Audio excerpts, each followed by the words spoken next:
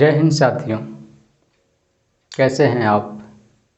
उम्मीद है कि आप बिल्कुल ठीक होंगे और यदि ठीक नहीं हैं तो मैं दुआ करता हूं कि खुदा आपकी हिफाजत करे। वैसे मेरी दुआ कभी कबूल नहीं होती, सो ज़्यादा खुश होने की ज़रूरत नहीं है। चलिए आज की क्लास को शुरू करते हैं। आज की क्लास कुछ स्पेशल है, कुछ खास है। तो आइए आज हम आपको एक ऐसे योद्धा से मिलाने जा रहे हैं जो पूरी मनुष्य जाति को ख़त्म करने की जज्बा रखता है, जिसने सभी जीवों में ताकतवर इस मनुष्य जाति को उनके ही घरों में कैद कर दिया था। अपनी श्रेष्ठता की बखान करने वाले इस मनुष्य जाति को इन्होंने उनका मुंह बंद कर दिया। इतना ही नहीं, मनुष्य के साथ साथ उनकी संस्कृति, सभ्यता और अर्थव्यवस्था को कुछ समय के लिए अपाहिज कर दिया। आज भी मनुष्य उसके प्रभाव से उबर नहीं पाया है। आपको अंदाज़ा लग गया होगा कि मैं किस बारे में बात कर रहा हूँ। जी हाँ, मैं आज बात कर रहा हूँ वायरस के बारे में। जब पृथ्वी पर जीवन नहीं था, पृथ्वी की सारी वस्तुएं निर्जीव थी और फिर उस निर्जीव वस्तुओं में थोड़ी जान आई और फिर उन निर्जीव वस्तुओं में जीवन के समाहित होने से एक ऐसे सूक्ष्म अणु का निर्माण हुआ जिसे दुनिया आज वायरस कहती है। वायरस पृथ्वी पर निर्मित होने वाला सबसे पहला अणु था जिसमें पहली बार जीवन की झलक को देखा गया था। इस प्रकार वायरस को पृथ्वी का पहला निवासी कहना गलत नहीं होगा। वायरस पृथ्वी पर सबसे पहले आया और वैज्ञानिकों द्वारा सबसे अंत में खोजा गया।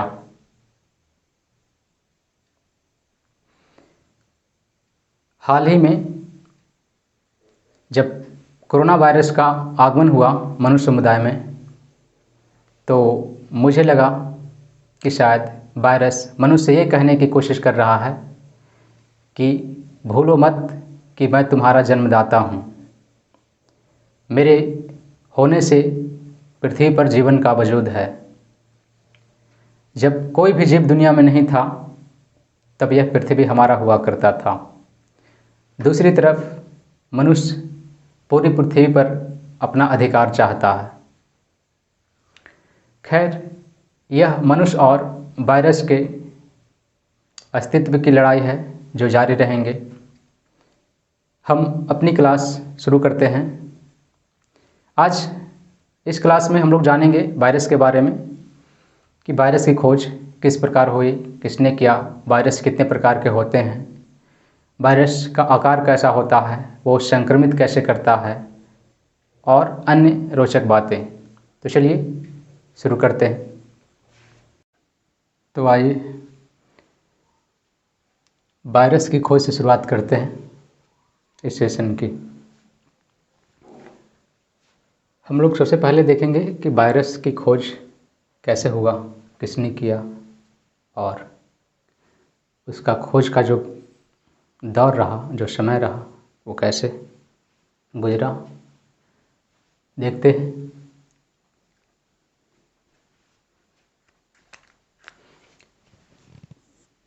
20वीं शताब्दी तक वैज्ञानिक का ये मानना था कि जो पौधे में और जंतुओं में जो रोग होते हैं वो जीवाणु और कवक के द्वारा होते हैं। लेकिन कुछ ऐसे भी रोग थे जिनके रोगाणुओं का पता नहीं चल पा रहा था, जैसे चेचक, इन्फ्लुएंजा, मोजैक रोग। उसके बाद 1884 चार्ल्स चैम्बरलैंड एक फ्रांसीसी वैज्ञानिक थे। इन्होंने एक यंत्र बनाया, जीवाणु फिल्टर। इस यंत्र का नाम इन्हीं के नाम पर था, चैम्बरलेन यंत्र करके कुछ। वो दरअसल यंत्र जो था वो जीवाणुओं को छानने वाला यंत्र था।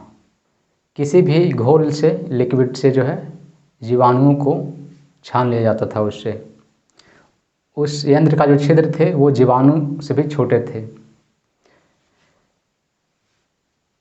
और देखिए 1886 एडल्फ मेयर, एक जर्मन वैज्ञानिक ने जो है बताया कि जो मोज़ेक रोग है वो एक संक्रमित पौधा से दूसरे स्वस्थ पौधा में फैल जाता है।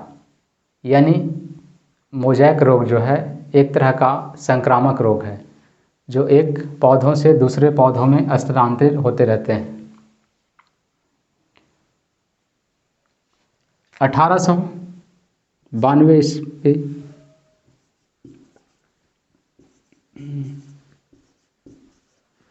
इवानोव्स्की, एक रशियन वैज्ञानिक, रूस का, इन्होंने जो है तंबाकू के मोज़ेक रोग है, मोज़ेक रोग, उसके रोगाणु को पता करने के लिए इन्होंने तंबाकू के जो है पत्तियों को पीस करके उसका रस निकाले और उसके बाद उन्हें जो है जीवाणु फिल्टर द्वारा छान लिए।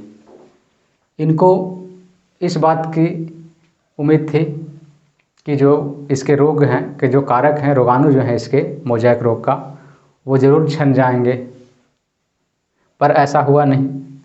उस छनित द्रव को इन्होंने जो है एक स्वस्थ तंबाकू के पौधों पर रगड़कर, उसके टहनियों, शाखाओं को रगड़कर उस पर जो है छिड़क देते हैं और कुछ दिनों के बाद पाते हैं कि वह स्वस्थ पौधे भी जो हैं मोज़ेक रोग से ग्रसित हो जाता है।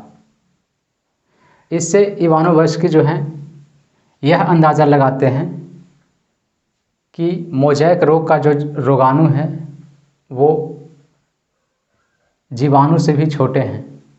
यदि जीवाणु के आकार के बराबर होता या उससे बड़ा होता तो जीवाणु फिल्टर में छन जाते, लेकिन उस छने हुए द्रव में भी वो पाया गया। तो उन्होंने इसका ये मतलब निकाला कि जो रोगाणु है मोज़ेक रोग का वो जीवाणु से छोटे हैं। इस छोटे जीवाणु को बाद में चल करके जो है वायरस नाम दिया गया। वायरस के खोजकर्ता यानी वायरस के जन्मदाता इवानोव्स्की को ही कहा जाता है। उसके बाद और थोड़ा सा आगे देखिए, मार्टिनस बेंजरिंग, इन्होंने जो है वो जो छनित द्रव था, यानी जो मोज़ेक रोग नहीं बल्कि तंबाकू के जो रस था उसको छानने के बाद जो बच गया जिसमें वायरस मौजूद था, उसको इन्होंने कंटेजियम बोवम फ्लूइडम नाम दिया। उसके बाद 1935 में एम स्टैनले, यह एक अमेरिकी वैज्ञानिक हैं, इन्होंने पहली बार जो है वायरस के रासायनिक घटक और उसकी संरचना का अध्ययन किए। 1935 तब तक जो है इलेक्ट्रॉन माइक्रोस्कोप का भी खोज हो चुका था, तो उसके सहारे इन्होंने वायरस के रासायनिक संगठन की और संरचना का जो है अध्ययन किए। साथ ही TMB यानी टोबैको मोज़ेक रोग का जो रोगाणु था उसको क्रिस्टल के रूप में प्राप्त किए और इन्हें जो है इस कार्य के लिए, यानी कि TMB वायरस को क्रिस्टल रूप में प्राप्त करने के लिए और वायरस के रासायनिक संगठन और संरचना को बताने के लिए उन्हें नोबेल प्राइज़ जो है दिया जाता। तो ये थी कहानी वायरस की खोज की। इसमें प्रत्येक कड़ी जो है एक दूसरे से जुड़ा हुआ है, आप हटा नहीं सकते। इसलिए ज़रूरी है कि वायरस की खोज को जानने के लिए आप इसके पीछे वाले बातों को भी ध्यान में रखें।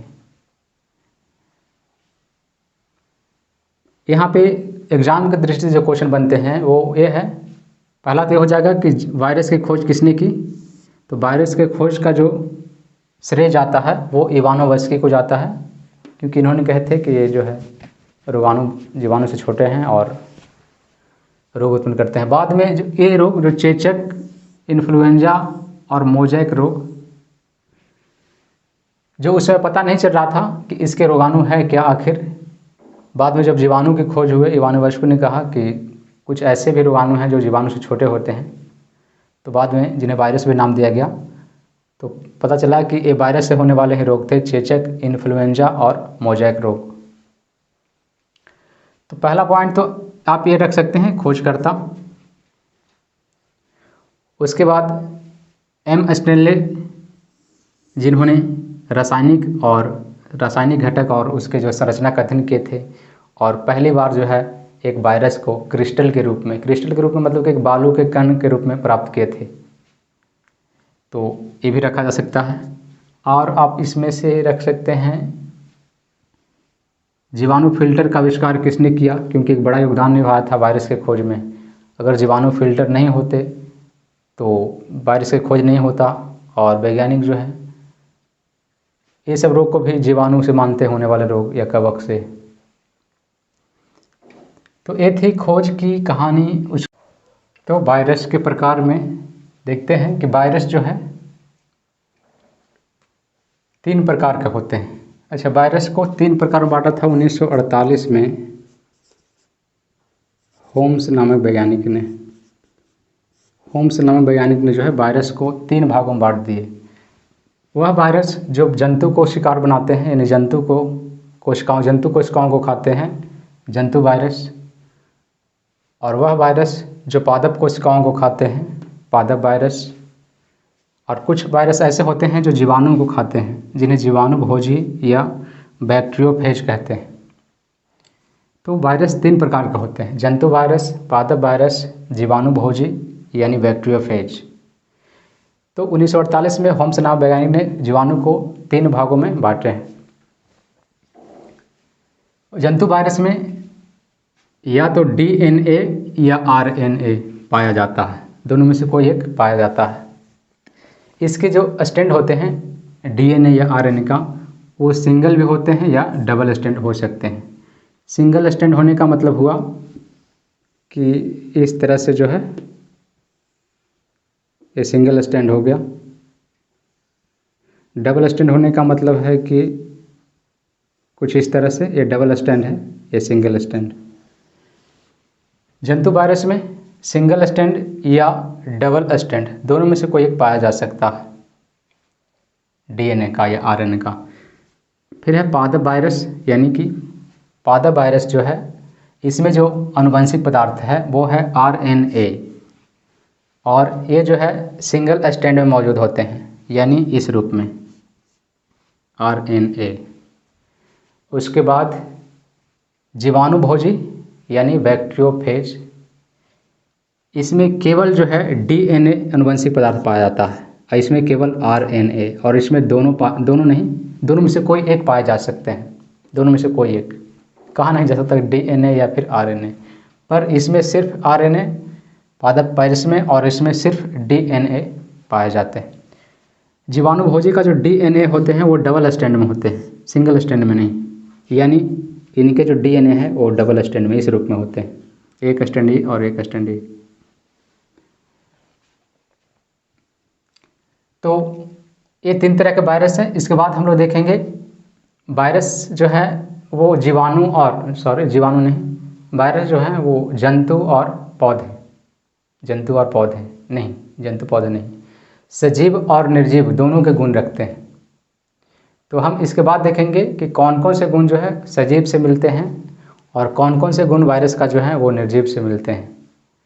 सबसे पहले हम वायरस के जैविक गुणों को देखेंगे। तो पहला है कि वायरस में जो है आनुवंशिक पदार्थ की उपस्थिति। वायरस में आनुवंशिक पदार्थ पाए जाते हैं, जो सभी जीवों का एक खास लक्षण है। सभी जीवों में आनुवंशिक पदार्थ पाए जाते हैं और वायरस में भी आनुवंशिक पदार्थ पाए जाते हैं। तो आनुवंशिक पदार्थ का मतलब हुआ कि DNA या RNA का पाया जाना। DNA ही आनुवंशिक पदार्थ है। तो वायरस में आनुवंशिक पदार्थ उपस्थित होते हैं, इससे हम कह सकते हैं कि यह एक जीव है। DNA और RNA की पुनरावृत्ति रेप्लिकेशन। इसका मतलब हुआ कि जो है ये अपने डीएनए और आरएनए का एक फोटोकॉपी करता है। मान लीजिए कि वायरस है और इसके अंदर का जो है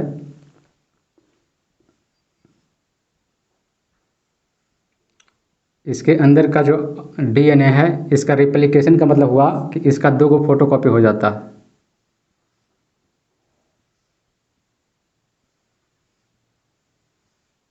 और दोनों पुनः जो है प्रोटीन का एक नया सेल बनाता है, कोशिका झिल्ली, कोशिका नहीं, एक झिल्ली बनाता है प्रोटीन का।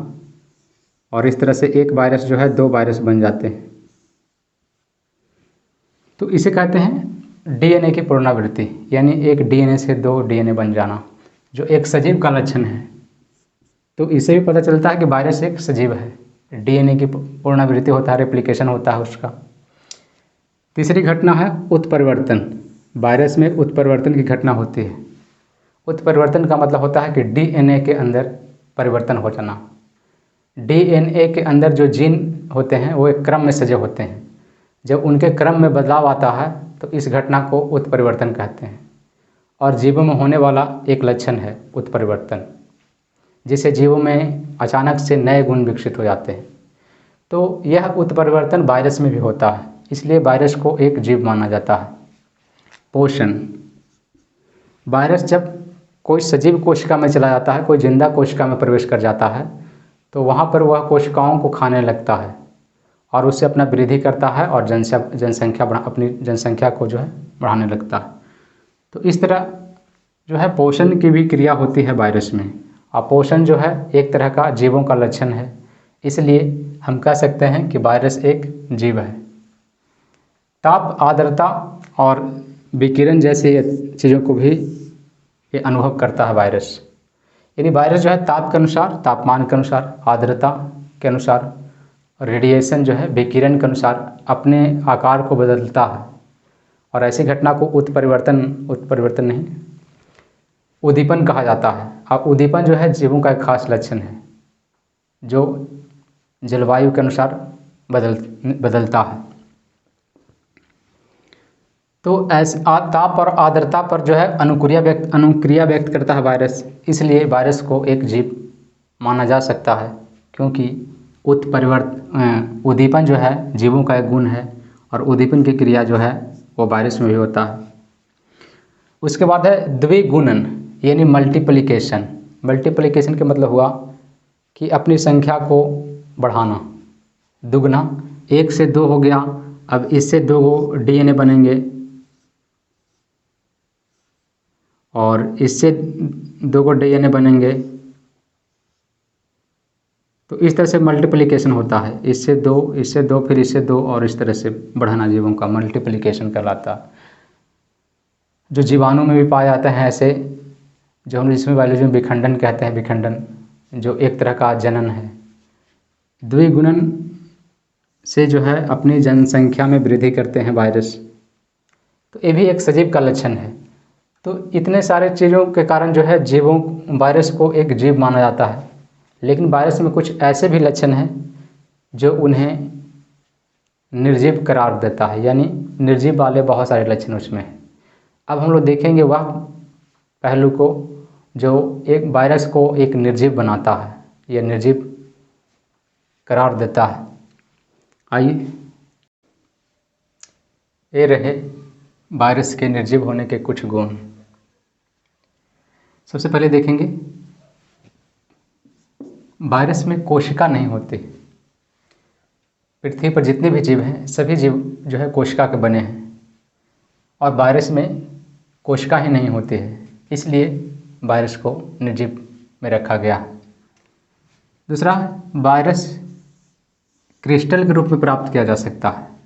वायरस को बालू के कण के रूप में बना करके उसे कई सालों तक रखा जा सकता है, तो वो क्रिस्टल के रूप में भी प्राप्त हो जाते हैं। तो इस कारण से उन्हें सजीव कहना उचित नहीं है। तीसरा देखेंगे, जीवित कोशिकाओं के बाहर निष्क्रिय। वायरस जो है केवल जीवित कोशिकाओं के अंदर ही सजीव जैसा व्यवहार करता है। जीवित कोशिका के बाहर जाने पर वो निष्क्रिय हो जाता है, एक बालू के कण के जैसा हो जाता है और कई सालों तो वैसे रह सकता है। वायरस में श्वसन की क्रिया, उत्सर्जन की क्रिया, परिवहन की क्रिया, ये सब नहीं होता। वायरस श्वास नहीं लेते, वायरस के अंदर रक्त परिवहन जैसी क्रियाएं नहीं होती, वायरस में उत्सर्जन जैसी क्रिया नहीं होता, कोई भी अपशिष्ट पदार्थ वो उत्सर्जित नहीं करता। तो ये सारी चीज़ें नहीं होता, इसलिए भी वायरस को निर्जीव कहा जाता है। निर्जीव माध्यम में वृद्धि, वायरस जो है निर्जीव माध्यम में वृद्धि नहीं करता, उसे वृद्धि करने के लिए एक सजीव कोशिका की जरूरत होती है। अक्सर जो है सजीव होते हैं वो निर्जीव माध्यम में भी जिंदा रहते हैं, लेकिन वायरस को निर्जीव माध्यम में वृद्धि नहीं बढ़ाया नहीं जा सकता, उसे कृत्रिम रूप से जो है वृद्धि नहीं कराया जा सकता कृत्रिम माध्यम में। तो ये सारे गुण होने के कारण कोशिका नहीं होती, क्रिस्टल के रूप में पाया जाता है, कोशिका के बाहर निष्क्रिय हो जाता है, श्वसन, उत्सर्जन, परिवहन जैसी क्रिया नहीं होती है, निर्जीव माध्यम में वो वृद्धि नहीं कर सकता। तो इन सारी क्रियाओं के कारण जो है उन्हें निर्जीव भी माना जाता है वायरस को। उसके बाद आगे देखते हैं वायरस के बनावट देखेंगे। वायरस जो है दो चीज़ों का बना होता है, प्रोटीन प्लस न्यूक्लिक अम्ल। न्यूक्लिक अम्ल कोशिका के केंद्रक में पाया जाता है। न्यूक्लिक अम्ल कोशिका के केंद्रक में पाया जाता है।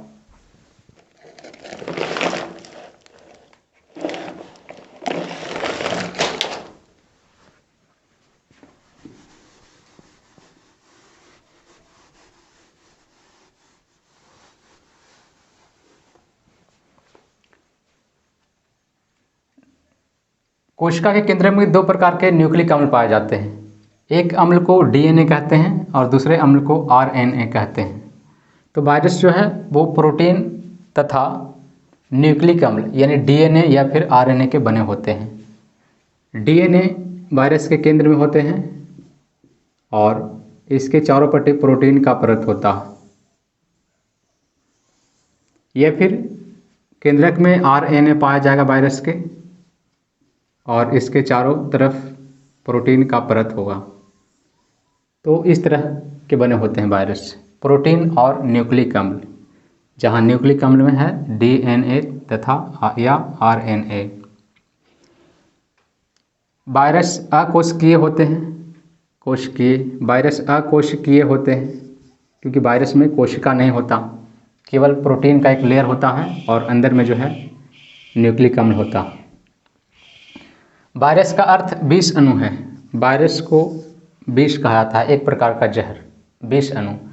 वायरस जो है लैटिन भाषा से लिया गया है वैषाणु शब्द, और जिसका मतलब होता है विष अणु। तो ये थी बनावट वायरस के बारे में। कोशिका नहीं होती, न्यूक्लिक अम्ल होता है केंद्र में और बाहरी घेरा प्रोटीन होता है। वायरस शब्द जो है लैटिन भाषा का है जिसका मतलब है विष अणु।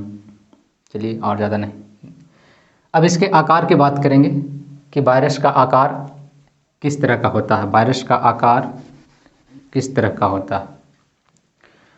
तो वायरस कई प्रकार के होते हैं। कुंडलित दंडिका यानी हेलिक्स रॉड की तरह, बेलनाकार होते हैं भी कुछ वायरस, घनाकार होते हैं, गोलाकार होते हैं, अंडाकार भी होते हैं कुछ वायरस। कुंडलित दंडिका वायरस में सबसे जो महत्वपूर्ण वायरस है वो है जीवाणुभोजी वायरस, बैक्टीरियोफेज जिसे कहते हैं। इसकी बनावट कुछ इस तरह से होती है।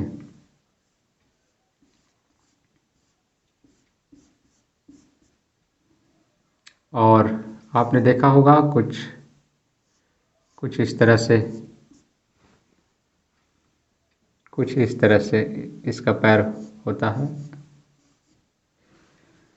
तो ऐसी रचना वाला को कुंडलित दंडिका कहा जाता है, हेलिक्स रॉड कहा जाता है। इस प्रकार के भी आकार के वायरस होते हैं। बेलनाकार वायरस होते हैं, टीएमवी, टोबैको मोजैक वायरस, जो तंबाकू में पाया जाता था वायरस, जिसे वायरस की खोज भी हुआ था, वो वायरस जो है बेलनाकार आकार का, उसका आकार बेलनाकार था, इस तरह का बेलनाकार आकार था। कुछ वायरस घनाकार होते हैं, जैसे हर्पिस वायरस इस तरह का। कुछ वायरस बेलनाकार भी है, बाहरी घेरा इस तरह से होते हैं, और अंदर में जो है बहुत सारे धागे जैसी रचनाएं होती है, क्रोमोसोम जिसे कहते हैं हम लोग, डीएनए से। कुछ वायरस गोलाकार भी होते हैं, जैसे मिक्सो वायरस। कुछ वायरस गोलाकार होते हैं, मिक्सो वायरस। कुछ वायरस अंडाकार भी होते हैं, जैसे पॉक्स वायरस। ये इस तरह का इसके आकार होता है, अंडाकार, पॉक्स वायरस। तो आप देख रहे हैं कि वायरस जो है कई आकार में मौजूद है, बेलनाकार, घनाकार, गोलाकार, अंडाकार इत्यादि। अगर हम वायरस के आकार की बात करें तो जो सबसे तीनों टाइप जो वायरस हैं, यानी कि जंतु वायरस, पादप वायरस और बैक्टीरियोफेज जीवाणुभोजी, तीनों में सबसे बड़ा जो आकार के वायरस हैं वो है जंतु वायरस। सबसे बड़ा आकार का जो वायरस है वो है जंतु वायरस। उसके बाद जो सबसे छोटे आकार के वायरस हैं वो है जीवाणुभोजी, बैक्टीरियोफेज। और जंतु वायरस में भी सबसे बड़ा जो वायरस होते हैं वो पॉक्स वायरस है, जो चेचक रोग उत्पन्न करता है। तो ये थे आकार। आकार के बाद हम देखेंगे संक्रमण। वायरस जो है जीवों को संक्रमित कैसे करता है, पौधों को संक्रमित कैसे करता है।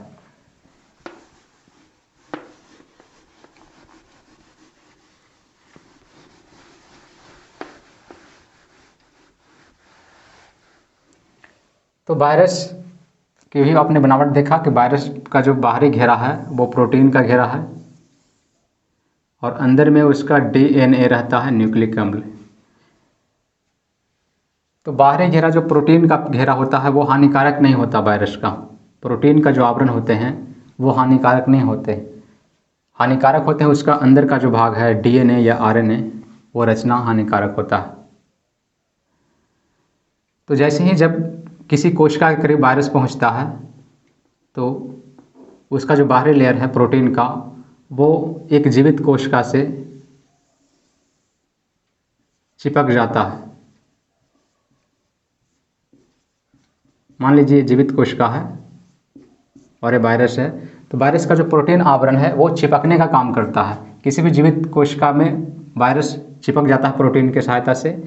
फिर उसके बाद यहाँ से एक इस तरह की रचना निकलती है,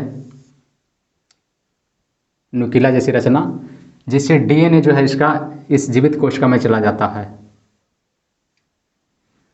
और जहाँ जाने के बाद जो है ये अपना पहले तो फोटोकॉपी करता है, यानी कि 1 से 2 डीएनए का रचना बन जाता है, और फिर दोनों डीएनए जो है अपना प्रोटीन का लेयर प्राप्त करता है। और इस तरह से एक वायरस जो है कोशिका के अंदर कई वायरस में विभाजित हो जाता है, वृद्धि करता है। और ऐसा करने के लिए जो है वायरस इसी जीवित कोशिका के फंक्शन का उपयोग करता है, इसी का राइबोसोम का उपयोग करता है वो प्रोटीन को संश्लेषण करने के लिए। यानी इस जीवित कोशिका का जो भी फंक्शन है उसका पूरा उपयोग करता है वो अपनी जनसंख्या बढ़ाने के लिए इसमें। तो वो इस तरह से जीवों को और पौधों को संक्रमित करता है। याद रहे, वायरस का जो बाहरी घेरा है प्रोटीन का घेरा, वो हानिकारक नहीं है। हानिकारक है उसके अंदर के जो डीएनए या आरएनए है वो है। वो सिर्फ प्रोटीन का जो आवरण है वो चिपकने का काम करता है जीवित कोशिका से। उसके बाद हम बात कर लेते हैं संक्रमण, तो इसी तरह से होता है। उसके बाद हाँ, वायरस का जो नामकरण की जो पद्धति है वो लिनियस के द्विपद नाम पद्धति के द्वारा नहीं होता।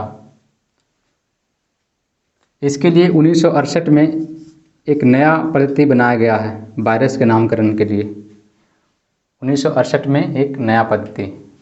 इस पद्धति के तहत भी 2 ही पद होते हैं, जिसमें पहला पद जो होता है वो वायरस का प्रचलित नाम होता है, और दूसरा पद में जो होता है वो वायरस का सांकेतिक सूचना होता है।